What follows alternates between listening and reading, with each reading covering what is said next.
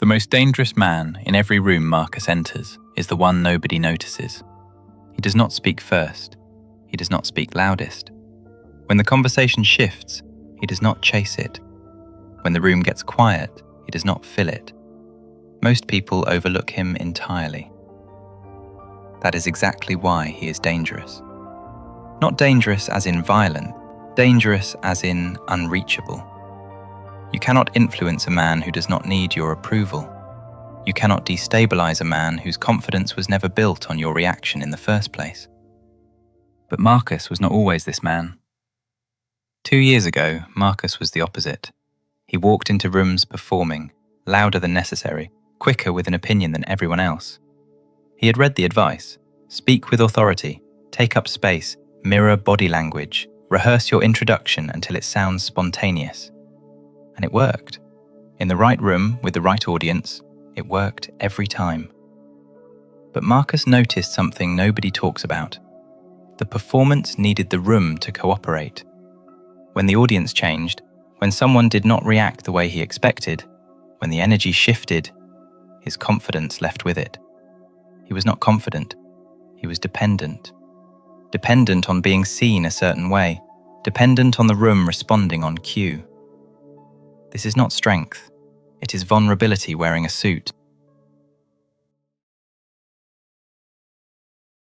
The shift started with something no one saw. Marcus made a private decision. He picked 3 standards, small, specific, unglamorous, and committed to meeting them every day regardless of how he felt, regardless of who was watching, regardless of whether it earned him anything.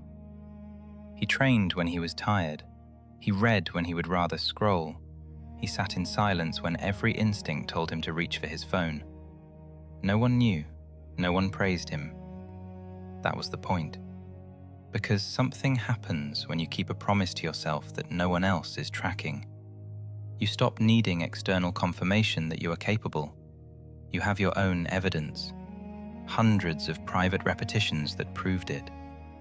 The man who is trained through sessions no one saw knows something about himself. He knows he will finish what he started, and that knowledge does not disappear when the room gets quiet.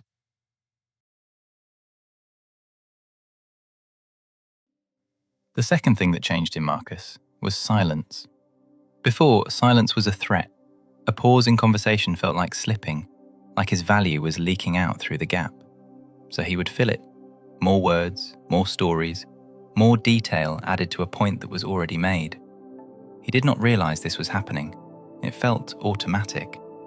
And that was the problem. It was automatic. He could not sit inside a pause without feeling the need to restore something. So he started practicing. Not a technique, not a trick. He simply began choosing not to fill the gap. It was uncomfortable at first. Then it was tolerable. Then it became something else entirely. He realized the pause was not taking anything from him. It never had been. He had just believed it was. A man who can exist inside silence without reaching for something to restore his sense of worth has removed one of the most common levers people use to control each other. The third thing happened slowly. Marcus did not plan it. It arrived on its own after the first 2 were in place. The need to impress disappeared. Not all at once, not dramatically. It simply faded. He stopped elevating his stories. He stopped naming people he knew to borrow their status. He stopped adjusting his posture when someone important entered the room. He did not decide to stop. He just no longer needed to.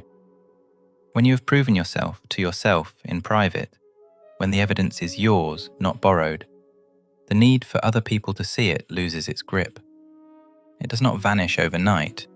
It thins, quietly, until one day you're in a room full of people performing, and you realize you are the only one who is not.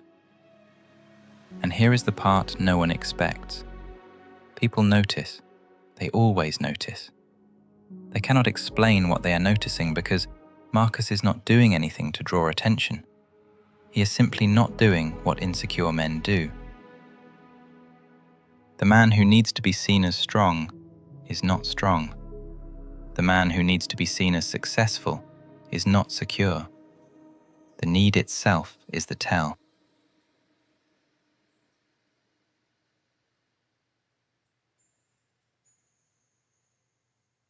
Here is how you know whether you are building what Marcus built or learning to perform it. When you are in a room when no one knows who you are, do you feel pressure to announce it? When someone disagrees with you calmly, do you need to win? Would you still hold your standards if no one ever knew you held them? If the answer is uncomfortable, that is not failure, that is clarity. And clarity is where the work begins. Marcus did not find quiet confidence in a book or a video or a weekend seminar. He built it in silence, in private, in the standards he kept when no one was watching and the impulses he felt but chose not to follow. These things are uncomfortable. They are slow. They have no audience. They gain no praise. They cannot be posted. They just need to be repeated.